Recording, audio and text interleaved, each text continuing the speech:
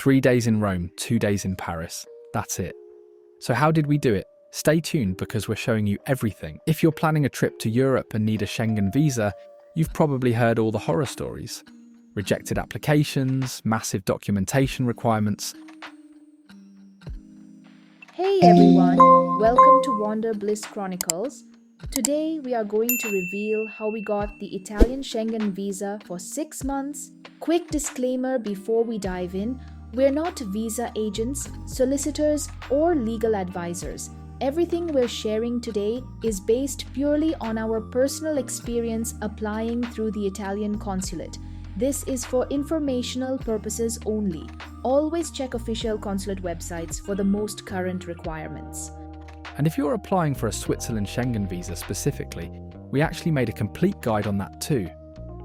The link is in the description below. Same strategy, different country. So if you're stressing about your visa application, hit that subscribe button because this guide is going to save you so much anxiety. Okay, so let's start with the big reveal. 6 months, multiple entries, issued by the Italian consulate in London. Now here's where it gets interesting. Our actual confirmed bookings, the ones we submitted with our application, were a total of just 5 days. 3 nights in Rome, 2 nights in Paris, traveling in January, flights in and out. That's what we confirmed and paid for. However, here's the thing. I also submitted full documentation for our trip to Amsterdam. 3 days in March. Flight reservations, hotel bookings, still only 8 days total on paper, and they gave us 6 full months. Before we dive into the documents, let's talk about why this approach works and why you shouldn't stress about booking a huge trip. But first, really important question. If you're planning to visit multiple countries, which embassy or consulate should you apply through? Great question. I always use this website to figure it out. SchengenVisaInfo.com. Super helpful resource. Let me show you how it works. First, you check if you even need a Schengen visa. So here, under Do you need a Schengen visa to enter the Schengen area? You enter your nationality. For example, if I select Japan to Italy,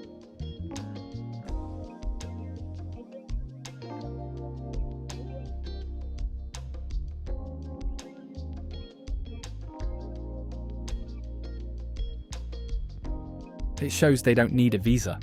But for our passport holders, we do. Next question. Which consulate do you apply to?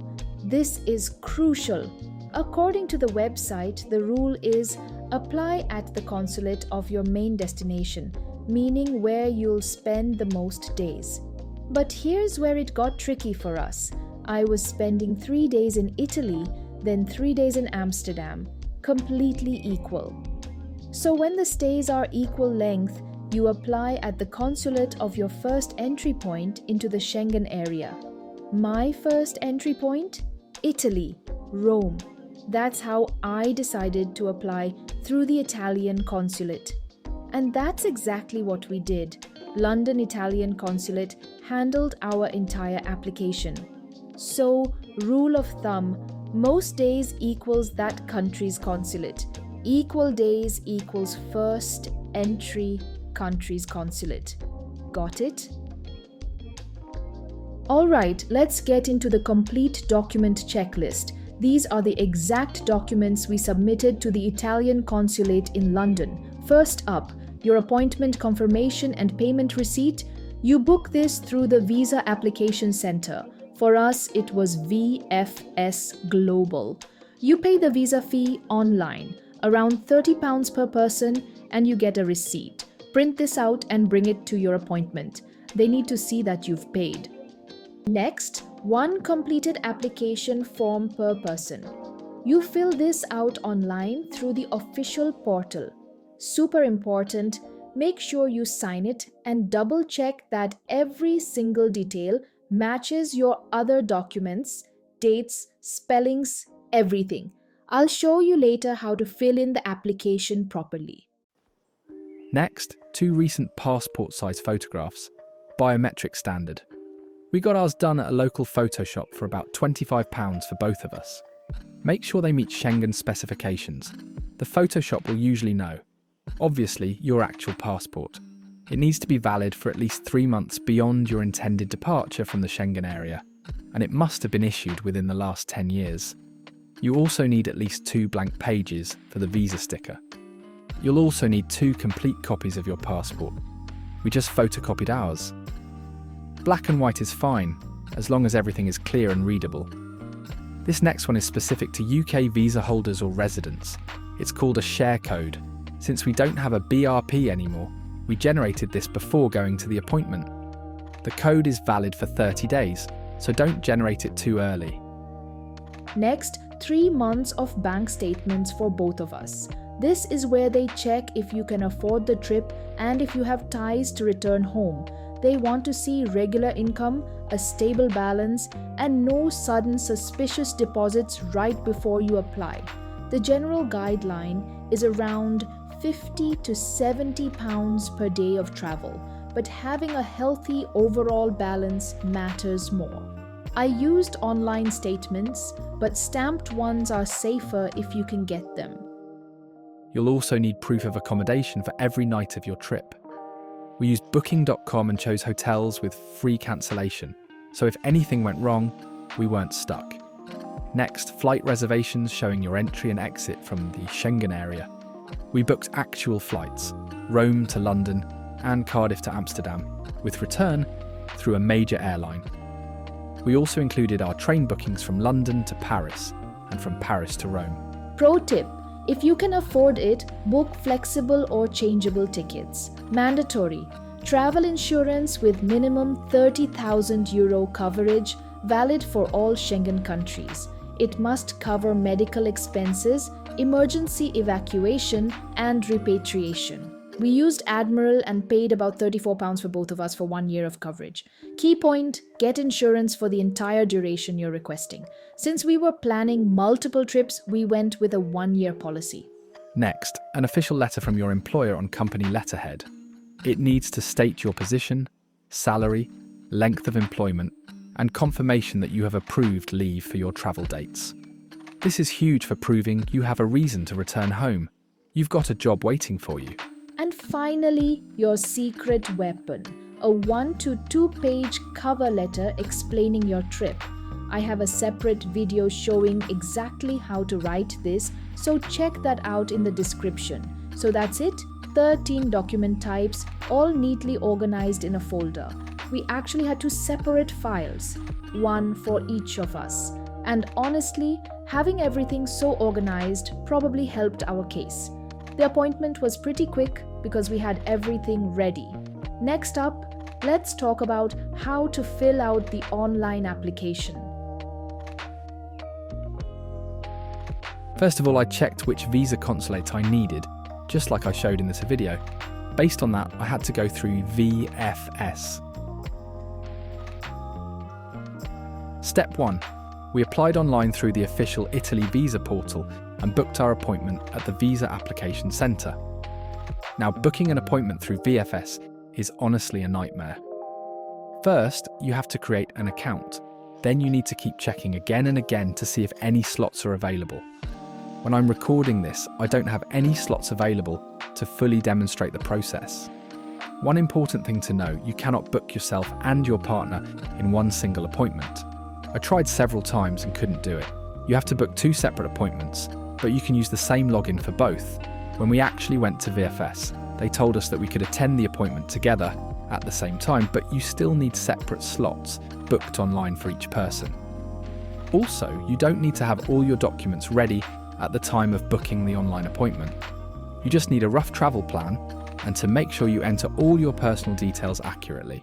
The staff at the center reviewed our documents and made sure we had everything. They were super professional. After that, the next step was just waiting. The official processing time is 15 business days, but we got our decision in 15 calendar days, which was a nice surprise. They sent us an email saying our passports had been handed over for delivery. We paid extra for courier delivery on the appointment day. For both of us, visa fees and courier, we spent £172 in total. Now I'll show you how to fill out the application form. I think most of you are already familiar with filling out the basic sections, things like your name, marital status, and personal details. If you're still confused about those parts, you can check my other video. I have an older video where I show how I filled out the application when I applied to Switzerland, so you can check that one as well.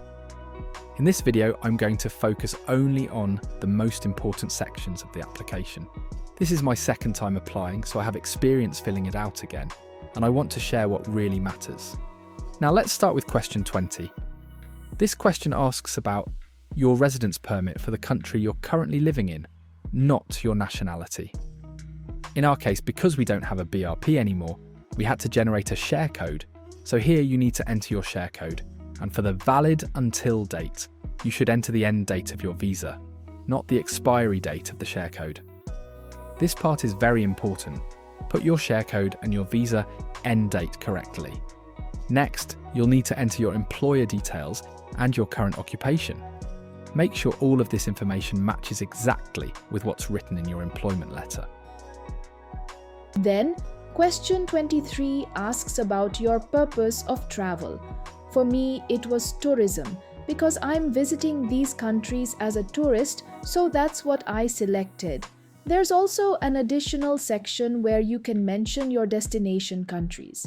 Here, I listed all 3 countries: Italy, France, and the Netherlands. Next is question 26, which asks for your member state of first entry. In my case, I'm entering France first, then going to Italy, and then visiting the Netherlands the following month. So my first entry was France, and that's what I selected. After that, they ask for the number of entries requested. I selected multiple entries because I'm traveling in 2 different months to different Schengen countries. Then you'll see the section asking for the date of first intended entry into the Schengen area. Here, I entered the date I'm traveling to France. For the date of departure after the first entry, even though I'm requesting multiple entries, my first trip includes France and Italy together, so I entered the date I'm leaving Italy. This part is really important. Make sure your dates are very clear and accurate so you don't mess up your application. Next, they ask if you've given fingerprints before.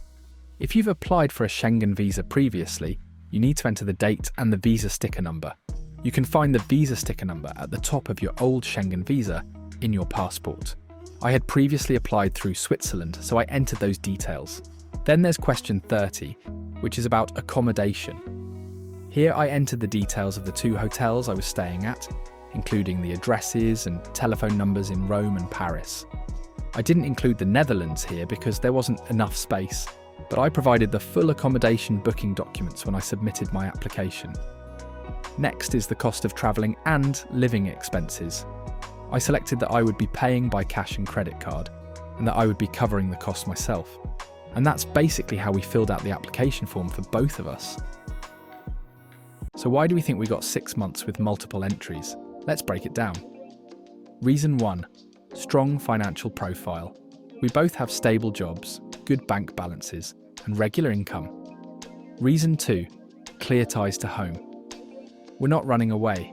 We have jobs, leases, and financial commitments here. Reason 3, previous travel history. We've proven we respect visa rules and return home. Reason 4, honest but strategic application.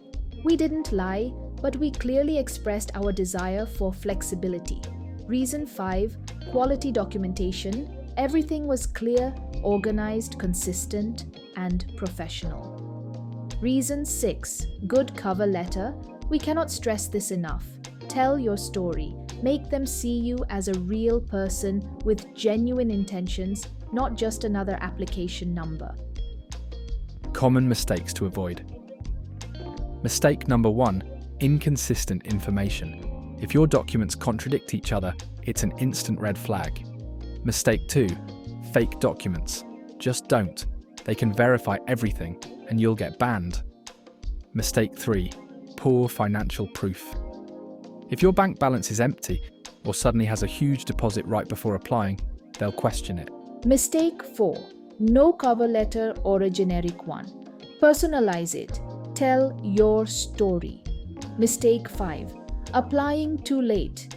Give yourself at least 4 to 6 weeks before your travel date. Mistake 6. Not being honest about your intent. If you want 6 months, say so. Don't hide it. All right, before we wrap up, here are our top tips for anyone applying. Tip 1. Apply through the country you'll spend the most time in, or your entry point if it's equal. Tip 2. Be genuine in your cover letter. Don't use templates. Make it personal. Tip 3. Show strong ties to home. This is the biggest concern for visa officers. Will you return? Tip 4. Don't book expensive, non-refundable trips before getting your visa. Use flexible, cancelable options. Tip 5. If you're a couple applying together, make sure your documents support each other's stories. Tip 6. Be patient but confident. If your documents are strong, trust the process. Tip 7. Check your documents 3 times before submitting. Errors delay things. Tip 8. Travel insurance for the full duration you're requesting, not just your confirmed trip. So there you have it. That's exactly how we got our 6-month Schengen visa. We hope this was helpful and takes some of the stress out of your application process. Remember, be honest, be strategic, be thorough.